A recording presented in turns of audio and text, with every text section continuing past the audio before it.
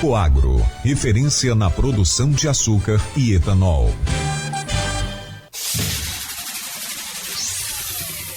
Começa agora o Folha no Ar, primeira edição.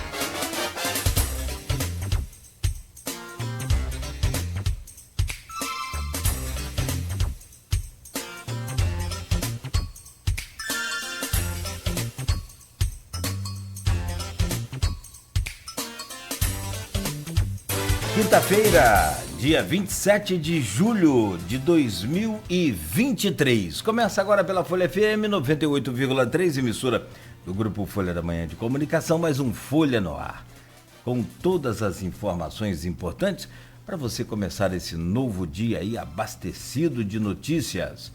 E às 7h06, muito bom dia, sejam todos bem-vindos a esta edição. Estamos ao vivo também no Face, ao vivo no YouTube, no Instagram, na Twitch TV. Você pode acompanhar esse programa ainda em podcast daqui a pouco. E logo mais às 17 horas, reprise na Plena TV. Olha, o Instituto Nacional de Meteorologia prevê para Campos hoje tempo bom. Agora faz sol aqui na cidade, na área central. Estamos no inverno brasileiro, né? Mas teve chuva já durante o início aí dessa manhã, né? Madrugada ainda, chuva fraca, mas teve. E durante o dia teremos sol com o tempo variando entre parcialmente nublado. A máxima é de 29 graus, a mínima de 19. Agora aqui no centro da cidade faz 19 graus. Com o Rodrigo Gonçalves na bancada, vamos receber hoje Carlos Abraão Moura Valpassos. Ele é professor da UENF, é doutor em antropologia cultural e vem para falar sobre a sua nova obra, já é o terceiro, né, Abraão? E ele fala sobre, desta vez, os conflitos sociais e crises da atualidade, que são temas aí do seu livro lançado pela EduEnf, é uma editora da UENF. A publicação expõe problemas como violência, crise climática e questões urbanas. Essa questão da crise climática, ela é crise até entre os próprios cientistas. Entrevistamos um cientista aqui do LAPAC, do laboratório da UENF em Macaé, em que ele acredita e prova que não existe aquecimento global. Conversamos com ele aqui, enfim, por vários motivos. Rapaz, essa questão de antropologia, ela dá uma semana de programa, esses conflitos sociais. Eu tenho uma pergunta boa para te fazer mais tarde. Artigo sobre a tafona, que ganhou destaque aí em uma das principais revistas científicas do país, é de autoria do nosso convidado Carlos Abraão. Já a gente traz o seu bom dia, só uma passada aqui pelas informações aí do portal folha1.com.br e aí a gente começa esse bate-papo bacana com nosso professor e antropologista, doutor em antropologia cultural, o Carlos Abraão. No portal folha1.com.br, em destaque hoje, operação em Campos e região combate furto de combustível da Transpetro. É destaque aqui do portal folha1.com.br. Ainda, 4 homens são presos por tentativas de homicídio em Rio Preto e Ururaí. Um dos crimes teria sido motivado por R$ 20 achados no chão pela vítima. Com Bacelar no União, Thiago Rangel admite chance de ir ao partido. O deputado diz que conversas estão em andamento e pode entrar na sigla. A Folha da Manhã, o portal folha1.com.br, traz sempre em primeira mão toda a movimentação desse tabuleiro político que já começa a ganhar aí um aquecimento, uma movimentação maior nesses últimos dias. E ainda, Vladimir reforça com Frederico chapa para 2024. Na tecla SAP, Frederico só não será vice de Vladimir se não quiser. Homem armado tenta roubar carro de mulher em estacionamento da loja. O caso aconteceu no Flamboyant. Com a tentativa, a mulher correu para a loja. Estado terá 19 plataformas de produção de petróleo até 2028. Cerca de 17 mil postos de trabalho deverão ser criados, diz a Firjan. Idoso tem casa invadida e é agredido em São João da Barra. Os bandidos foram atrás do dinheiro que o idoso ganhou na loteria. É o que diz a polícia. E quanto que ele ganhou? Rodrigo sabe, lá da terra dele. Mais 300 vagas são liberadas para o mutirão da saúde em Campos. Firjan cedia lançamento da sexta-feira de oportunidades, homenagem a Frederico Paes e aprovações de projetos para a saúde. É a movimentação da Câmara que é feita aí, a cobertura jornalística pelo Rodrigo Gonçalves, que está aqui conosco. Polícia prende 4 suspeitos de estupro contra a menina de 11 anos e ainda... Carreta sai da pista e tomba na BR-356 em Cardoso. O motorista, que é de Minas Gerais, saiu ileso. O acidente aconteceu na altura de Outeiro. São 7h11 em Campos e o Folha no Ar de hoje tem o prazer de receber aqui o André. Acho que da última vez que você esteve conosco, foi no programa ainda, a segunda edição? Era à noite? Foi de manhã ainda? Foi de manhã, então, mas já tem muito tempo, você está trabalhando muito e prestigiando pouco seus amigos. Mas obrigado pelo prazer e honra de recebê-lo aqui, professor da UENF e antropólogo, doutor em antropologia cultural, Carlos Abraão Moura Valpasso. Abraão, bom dia, seja bem-vindo. Bom dia, Nogueira, bom dia, Rodrigo, bom dia, ouvinte. Prazer estar aqui, é uma satisfação voltar e encontrar os amigos e poder conversar um pouco, né, sobre o que tem sido feito, o que tem sido trabalhado, escrito nos últimos tempos. Acho que é uma conversa bem interessante, porque a gente fala de um livro que foi um livro lançado agora pela editora da UENF, Alguns Olhares do Sul, que reúne trabalhos de antropólogos aqui do que a gente chama de Sul Global, né, antropólogos brasileiros, em sua maioria, mas também antropólogos argentinos, colombianos, e abordando diferentes temas, né, diferentes contextos, todos eles centrados na noção de crise como momento privilegiado para o entendimento dos valores e das moralidades sociais e dos conflitos como promotores de transformação do social, né. Vamos falar sobre tudo isso. Então, o Sul que o livro traz aí no título é referente à América do Sul? Exato, porque esse livro começa a ser pensado em 2019, na reunião de antropologia do Mercosul. Ah, beleza. Vamos entrar nesses detalhes todos, é que eu fiquei meio que perdido aqui com o Sul, mas agora sim, tô situado. Deixa eu trazer o bom dia do Rodrigo Gonçalves, claro, evidente, algum comentário falando sobre esse movimento tabuleiro político, essa coisa toda. Ele na cobertura também, ele é o editor-chefe do caderno de política do jornal Folha da Manhã e responsável também pelo portal folha1.com.br, nessa parte da política, então traz pra gente qualquer mudança no cenário. Eu falei, brincando, evidentemente, que o idoso lá de São João da Barra, que foi... tentaram roubar, né? Acho que não conseguiram. Deixa eu só conferir aqui, mas Eu falei brincando que você sabia o valor. É, não, senão você acabou me elevando à categoria de suspeito, né? Porque. Olha a situação que a brincadeira faz. Olha, tá vendo? Daqui a pouco você é chamado para depor. Bom dia, meu caro Rodrigo. Você chegando na. Quanto é? Como é que você soube da quantia? Pois é. Nogueira me prestigiando logo, me proporcionando isso logo de manhã, né? Essa emoção. Logo essa... Me elevou à categoria de suspeito. Aí vem a questão da pressão. Diz que sei quanto homem recebeu ainda, olha só. Aí depois vem a questão da pressão, né, Abraão? Subiu a pressão, não sabe qual de quê. Não, mas eu realmente quero deixar claro que eu não sei quem é o idoso e não sei qual é o valor. Mas eu não sei nem como que a pessoa descobriu que o outro ganhou na loteria. Que eu nunca vi ninguém ganhar na Mega Sena, a não ser aquele que foi morto lá pela mulher lá. O resto pois é. Mas desejar um bom dia a todo mundo que acompanha a gente.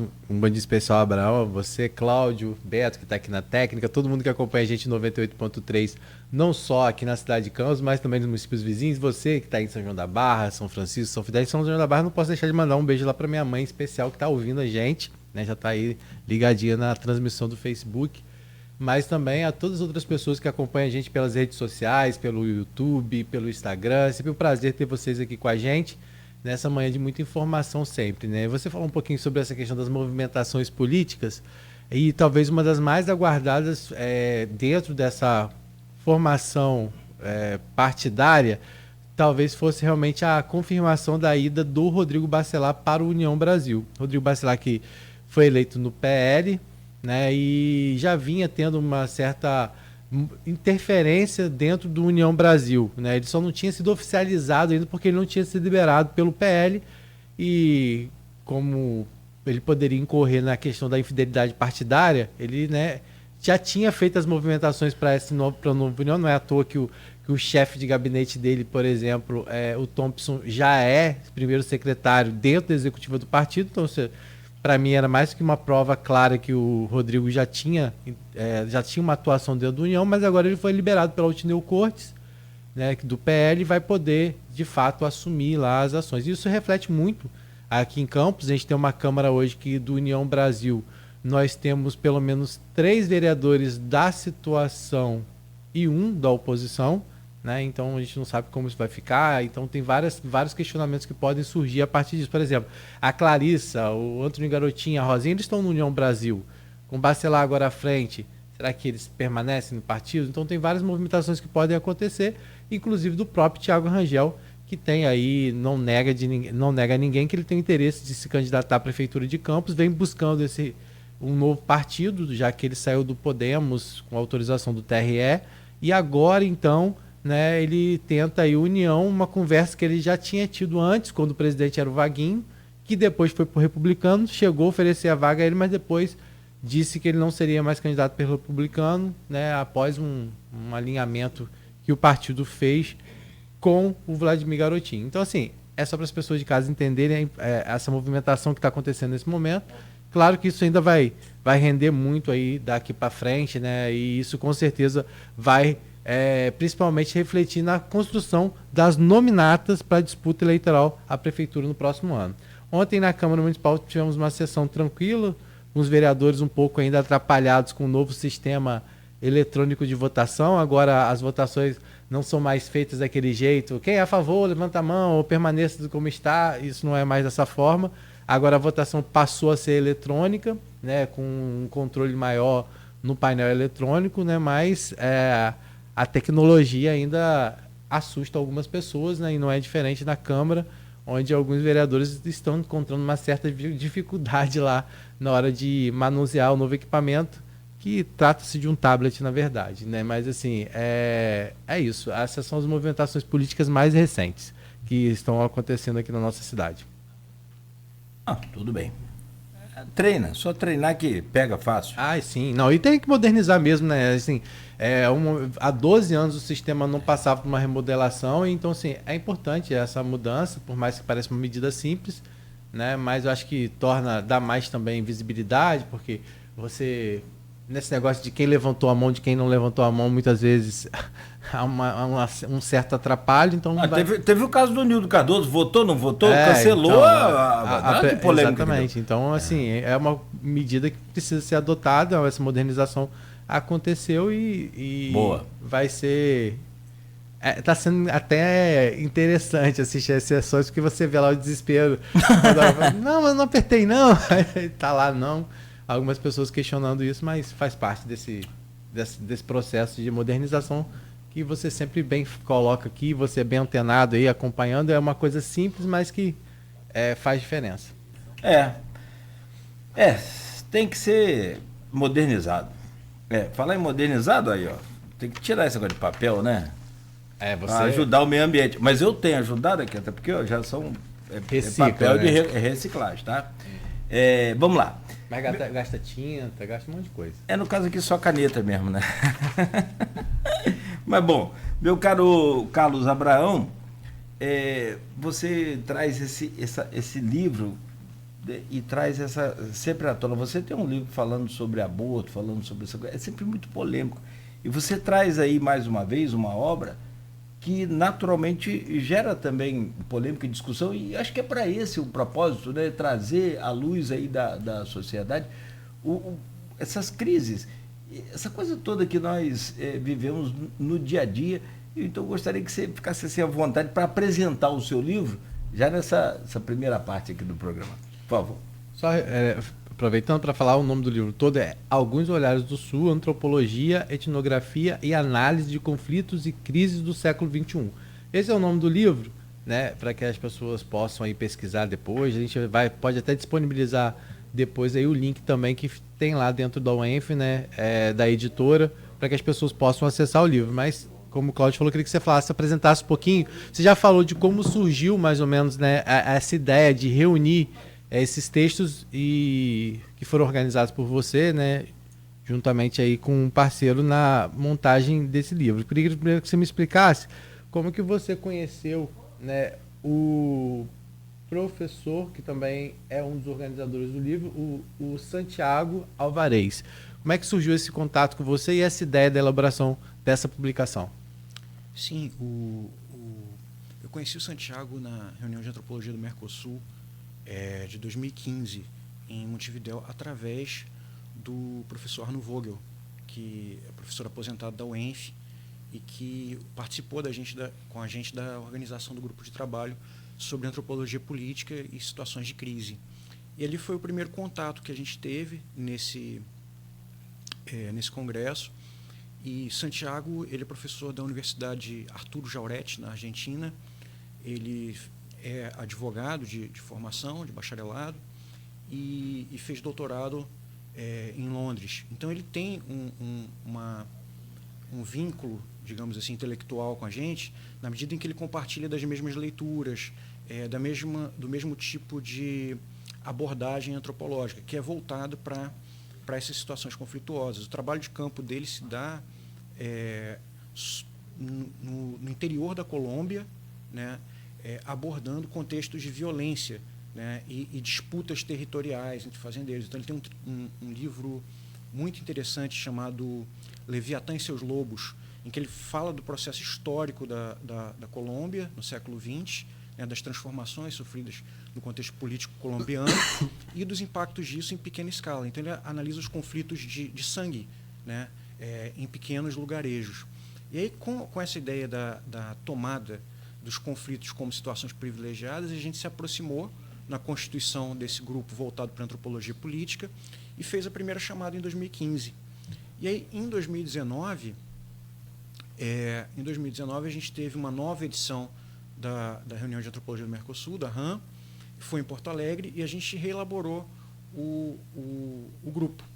E aí, com os trabalhos que foram apresentados por diferentes antropólogos e antropólogas, tanto do Brasil quanto de outros países da América do Sul, a gente pensou que seria interessante organizar, né, uma coletânea em que a gente pudesse apresentar aqueles trabalhos e promover um debate, né, sobre situações de crise para a compreensão de contextos sociais. Como que essas crises, elas alavancam, né, situações, elas explicitam aquilo que, de algum modo, no cotidiano fica velado.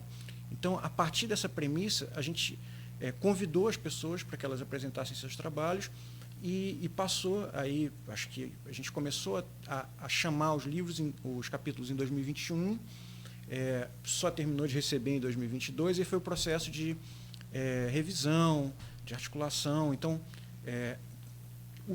o manuscrito ele chega para a editora no final de 2022. Então, a gente já tinha mais de 6 meses de trabalho só de organização do livro antes. E, bem, são textos diversos, né? São 8 capítulos.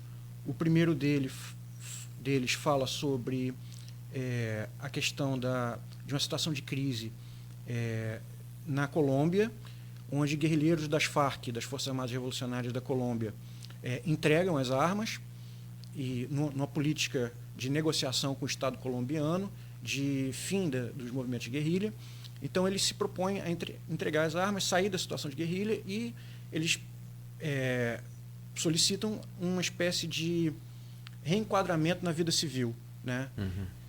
E isso gera um problema, porque eles são colocados num acampamento que deveria ser provisório, e esse provisório se transforma em algo permanente. Então, eles ficam numa região isolada, onde eles têm diversos adversários políticos, e eles esperam reenquadramento, ou seja, são pessoas que viveram, né, algumas delas desde o nascimento, outras de idades muito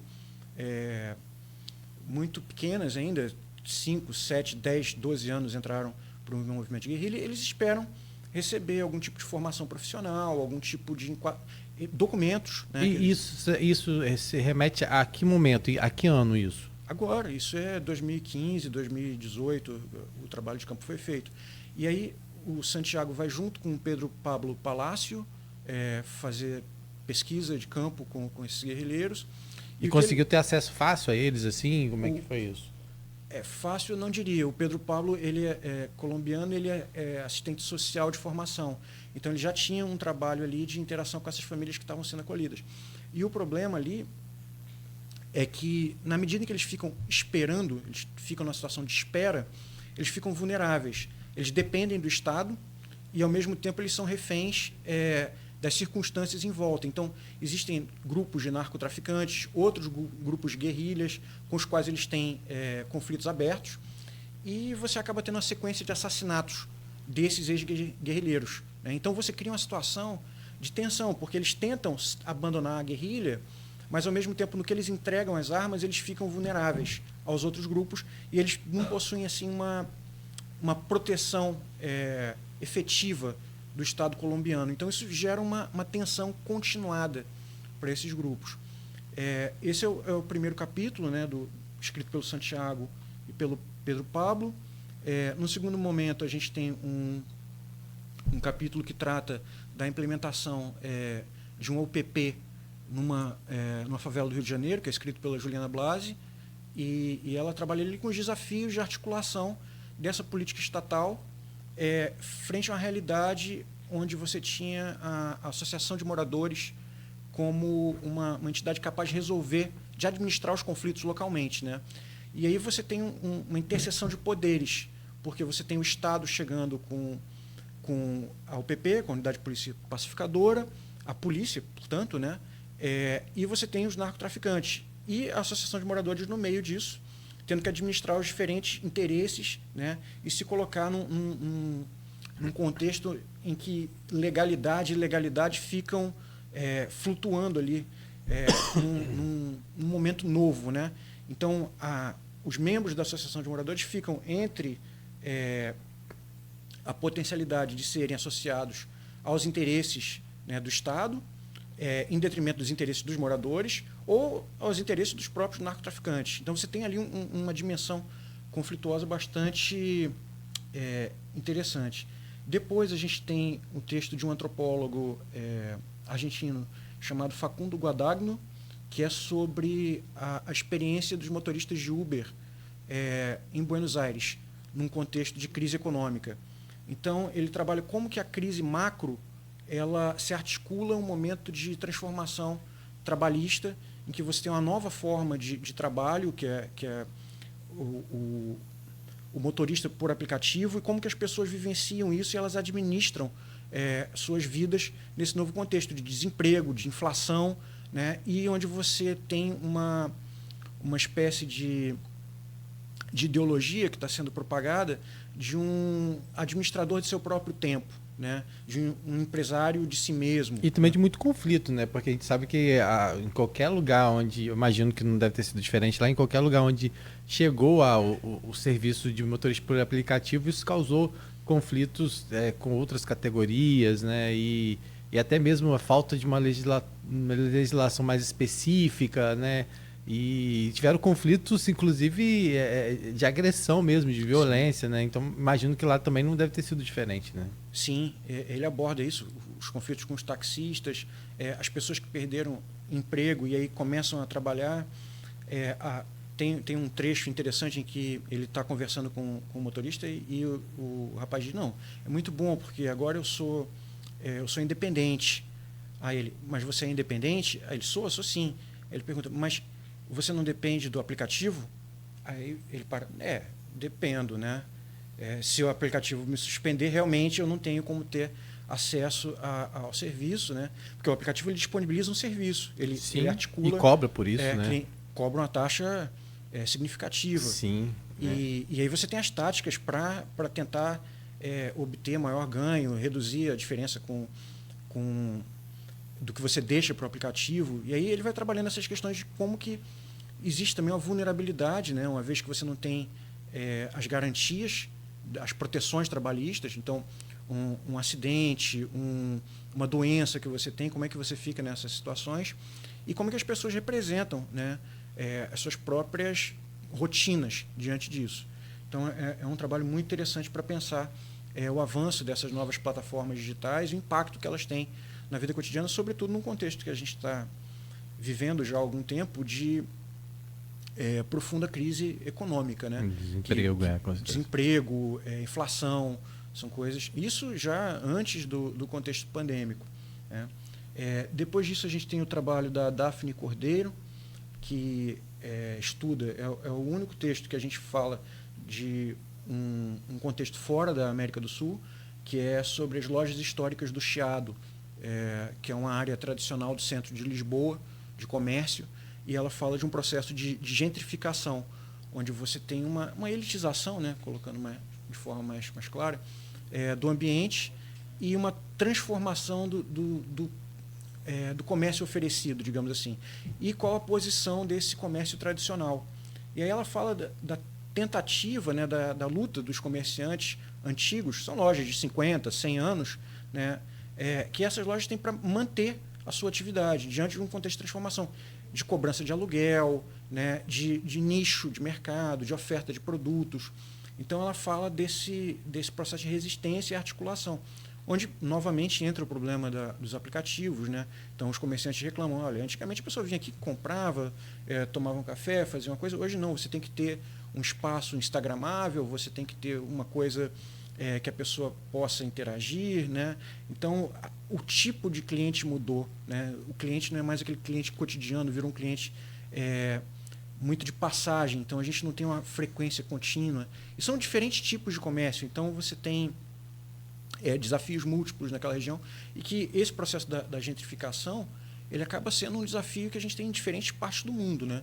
A gente viu isso muito no Rio de Janeiro, com o processo de transformação da cidade para a recepção da Copa do Mundo e depois das Olimpíadas.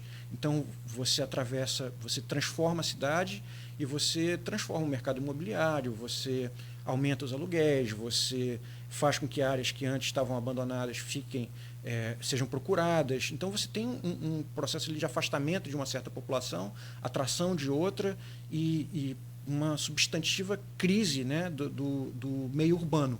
E nesse caso que ela mostra, ela é um caso de bem sucedido, foi solucionado, vamos dizer assim, eles buscaram alternativa ou não? É justamente mostrando que eles estão nesse processo.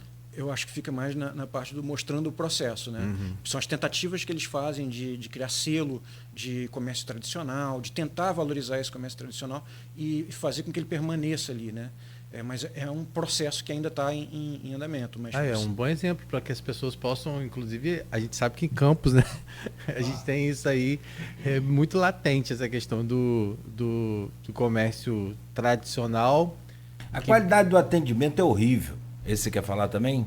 Não, isso a gente já... A gente tem assim como você falou aí, dessa necessidade, dessa mudança do consumidor que está sempre... Hoje é flutuante, ele não é mais fixo, não é aquele... eu acho que isso... Mas eu acho que isso também... Esses jovens trouxeram aí uma nova forma de consumo. Eu acho que essa questão do atendimento, isso tem... Em campos eu percebo que hoje isso tem mudado. Isso ficou um pouco estereotipado, acho, às vezes, até em relação que comércio de campos atende mal. Realmente, isso é... Ou seja, tem as suas exceções e isso só confirma a regra. Mas isso tem sido trabalhado bastante e você já vê que aquela pessoa que não atende bem, ela já não tem mais espaço, ela acaba sendo substituída. Mas eu acho que essa questão, esse processo de transformação que o Abraão fala e que o texto provavelmente deve abordar, é o alerta que você muitas vezes faz aqui quando recebe algumas pessoas que ainda tem essa recusa de entender a dinâmica, né? Tá preso no tradicional e esquece de entender essa dinâmica que está em volta, que são as novas possibilidades de compra, as novas possibilidades de consumo, como fazer realmente com que aquele comércio seja, que a tradição daquele comércio realmente seja um atrativo, e aí proporcionando, como a gente falou aqui, ambientes ou que também nós não temos hoje ambientes muito atrativos. As pessoas falam assim, a Livro Verde que está passando por esse processo e que está todo mundo nessa campanha de luta e tal. A Livro Verde tinha ali uma cafeteria que as pessoas frequentavam, mas não era também um padrão de uma cafeteria que poderia abrigar. Era, na verdade, uma lanchonete que tinha ali dentro, entendeu? Então, assim, tudo isso é um processo que as pessoas precisam entender e melhorar também o seu serviço de atendimento. Fazer com que a tradição seja um atrativo. O caso do Livro Verde é excelente para a gente pensar, porque é um problema que atravessa Lisboa, Rio de Janeiro, Paris, qualquer lugar, qualquer capital, a gente vai ter um problema com as livrarias. Elas foram muito impactadas pelos sistemas de venda online, né? Porque você tem a possibilidade de acessar aquilo que você necessita de modo muito rápido, por custos inferiores ao que você teria na livraria física, né? E isso faz com que a livraria física seja menos frequentada. E aí começam as estratégias para você movimentar a livraria física, né? Você tem que ter algum tipo de atrativo porque o preço dificilmente ele vai ser concorrente, né, da livraria online. Então esse desafio ele é único. E isso tem resultado na morte das grandes livrarias, né? Então a gente tem aqui no Brasil o caso da Livraria Cultura, que está num processo de falência, de recuperação. A gente teve no centro do Rio de Janeiro, nas livrarias mais tradicionais, que é a Leonardo da Vinci, que ela não fechou, mas ela deu passou ali perto disso, mas ela foi reconfigurada. Então ela perdeu um grande espaço e teve um processo de transformação, né? Um novo dono que transformou uma parte em cafeteria, que era coisa que não tinha antes, colocou um monte de souvenir, né? Ele capitalizou a memória afetiva da livraria, colocou caneca, a sacola da Leonardo da Vinci, marcador de livros, né? Então ele colocou o perfil de Instagram mais ativo, uma forma de tentar trazer, né, essa frequentação. E aí você pode desenvolver eventos culturais, você pode, né, de uma certa forma, dinamizar aquele espaço, justamente valorizando realmente a tradição que ele tem, né? Sim, e esse é um desafio que aparece. A livraria ela deixa bem evidente, mas isso por exemplo, o processo de gentrificação. Você tem o caso de uma quitanda, né? Aquele pequeno comércio de rua que está ali há 50 anos. E aí você tem a quitanda e você tem um supermercado mais à frente que é colocado. Então, a quitanda já não vai competir em termos de preço, ela vai ter uma dificuldade ali de concorrência, e aí você acaba fechando essa quitanda e você tira aquele comércio do local. Então, isso vai lentamente reconfigurando a paisagem urbana. E você traz outras dinâmicas, porque na quitanda você tem uma pessoa que está ali o tempo todo, no supermercado você já coloca um muro maior, uma extensão maior.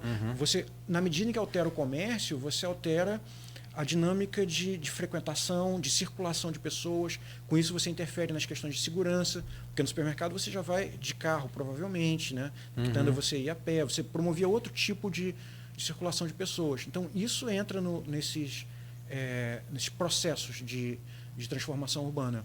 Uhum. Eu imagino que deve ser a abordagem que ela, de uma certa forma, evidencia com esse texto, né? Aí tem outros... Sim, a gente tem um outro texto, né, nessa área de Sociologia e Antropologia Urbana, que é do João Belvel e do Gabriel Hart, que é sobre, no seu devido lugar, disputas simbólicas em torno do vão livre do MASP, em que eles analisam o espaço embaixo do Museu de Arte de São Paulo, né, como que aquilo ali é frequentado e como que é disputado como palco de mobilização política. Então é um texto muito interessante para você ver a dinâmica da apropriação dos espaços urbanos. Como que você tem um espaço no centro de São Paulo, nos espaços mais visíveis, e como que aquilo ali é disputado cotidianamente, frequentado. Eles falam dos diferentes grupos que estão lá desde do amanhecer até o final do dia e durante a semana. A feira de antiguidades, a disputa com os jovens que ficam circulando para diferentes formas de socialização, as manifestações de um país polarizado, onde você tinha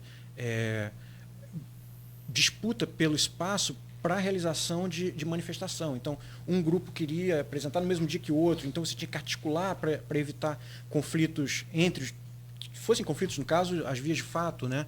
Então, eles vão articulando... É um conflito quase que territorial mesmo, né? Exatamente, né? E eles vão mostrando como que aquele espaço que é urbano, que é público, etc., ele não é um espaço neutro, né? É um espaço simbolicamente importante para a cidade, porque não é você fazer uma manifestação, é você fazer uma manifestação ali, né? Perto na Paulista, é você trazer a atenção para aquele lugar, você pegar o lugar principal de manifestação. Então é um trabalho muito interessante para pensar essas dinâmicas urbanas.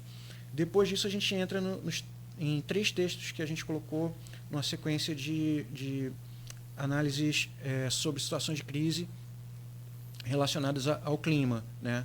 A questões ambientais. O primeiro da Maria Suelen Correia, que são problemas públicos decorrentes do desastre de 2011 em Nova Friburgo, onde ela trabalha com a ideia de que você teve um evento crítico, né, com as chuvas, com os deslizamentos de terra, né, e com as mortes. Foram cerca de 900 mortes, milhares de pessoas desabrigadas, e aí ela trabalha como que essa situação, as questões, né, que já estavam presentes antes, elas são reconfiguradas e apresentadas depois disso que se convencionou chamar de tragédia, né? Ou de, acho que a crítica que ela coloca maior é a ideia de que foi um desastre natural.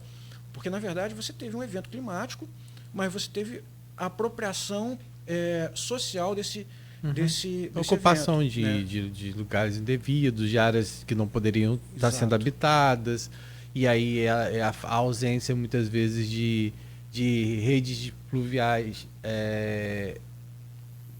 com capacidade de absorver aquela água, e é toda questão estrutural que não existiu naquele espaço e que fez dele uma área de risco. Quer dizer, né, que já era uma área que não deveria estar sendo ocupada. O de lá foi uma coisa impressionante porque pegou diferentes áreas, inclusive as que você não Sim, imaginava que teriam esse impacto. E aí depois que você tem a tragédia, você tem os desdobramentos da tragédia, que duram anos, né? Eu diria que a gente pode trazê-las até hoje, quando você pensa, por exemplo, as pessoas que perderam casas, né? Como é que você vai indenizar essas pessoas? A questão do aluguel social que não chegava, as pessoas tinham que comprar outras casas, elas não tinham recursos. Já até pouco tempo tinha pessoas esperando promessas de casas que foram disponibilizados os recursos para construção naquela época, e até agora recentemente elas não tinham sido entregues ainda. Se não me engano, foram entregues acho que há 2 anos atrás, né? E quando a região já estava vivendo de novo algo semelhante ao que aconteceu no passado, né? Então, assim, são situações que a gente vê e que pra gente que é espectador, vamos dizer assim, que a gente não está lá, não está vivenciando aquilo, já causa uma certa revolta e estranheza, e até faz a gente desacreditar realmente, né, que a gente vai conseguir viver numa sociedade realmente justa e que as prioridades sejam prioridades. E aí você imagina para uma pessoa que está lá, que muitas vezes ela sequer conseguiu enterrar o seu parente, porque tem gente que até hoje o corpo não foi encontrado ainda, né? E aí você tem que sair de um lugar onde você viveu, às vezes, desde que você nasceu. Aí você fica na expectativa de ir para outro lugar, e você sofre com descaso, às vezes, de não ter acesso correto ao aluguel social que você tem direito, né? Que às vezes atrasa. Aí você tem toda uma todo um desgaste também psicológico e não tem, às vezes, esse acompanhamento também para isso, né? Porque quando você perde parente, você perde sua casa, você perde tudo, você precisa de uma rede de saúde e de proteção muito grande, às vezes você não tem. Aí você imagina como é reconstruir a vida nesse sentido, né? E aí não é só a questão ambiental, né? A questão ambiental, claro, é muito importante ser discutido, mas são todas as consequências que vêm disso, né?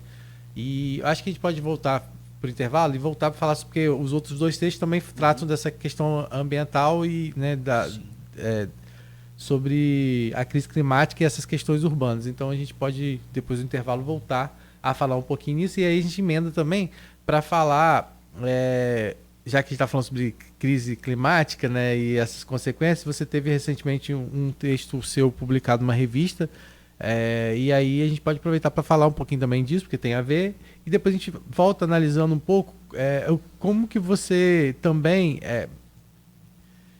que representou essa construção desses textos num período em que a gente, naquele momento que a gente vivia, como você falou, de polarização, de muito negacionismo na questão, tanto em relação à violência, né? E aí a questão do armamento, por exemplo, é uma questão que divide muita opinião e está agora aí com a reformulação do decreto também dividindo. Também a questão climática, que durante muito tempo também ficou aí negligenciada e as consequências estão vindo.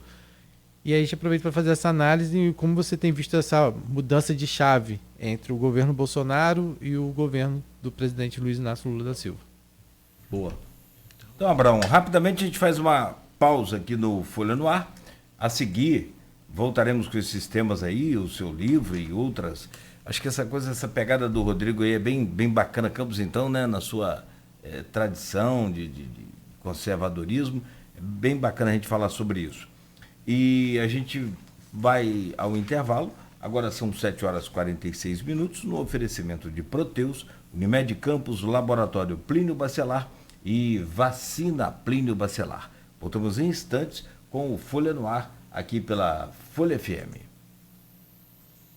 Vacina Plínio Bacelar, uma clínica moderna com atendimento personalizado. Atenção especial para gestantes, idosos e crianças. Médicos especializados, enfermeiros e técnicos de enfermagem com consultoria para tirar dúvidas sobre todos os tipos de vacina e a atualização do cartão de vacinação. Vacina Plínio Bacelar, equipe e estrutura para atendimento domiciliar, escolar e nas empresas, em qualquer lugar da região. Rua José do Patrocínio, 89, com estacionamento próprio. Telefone 22 32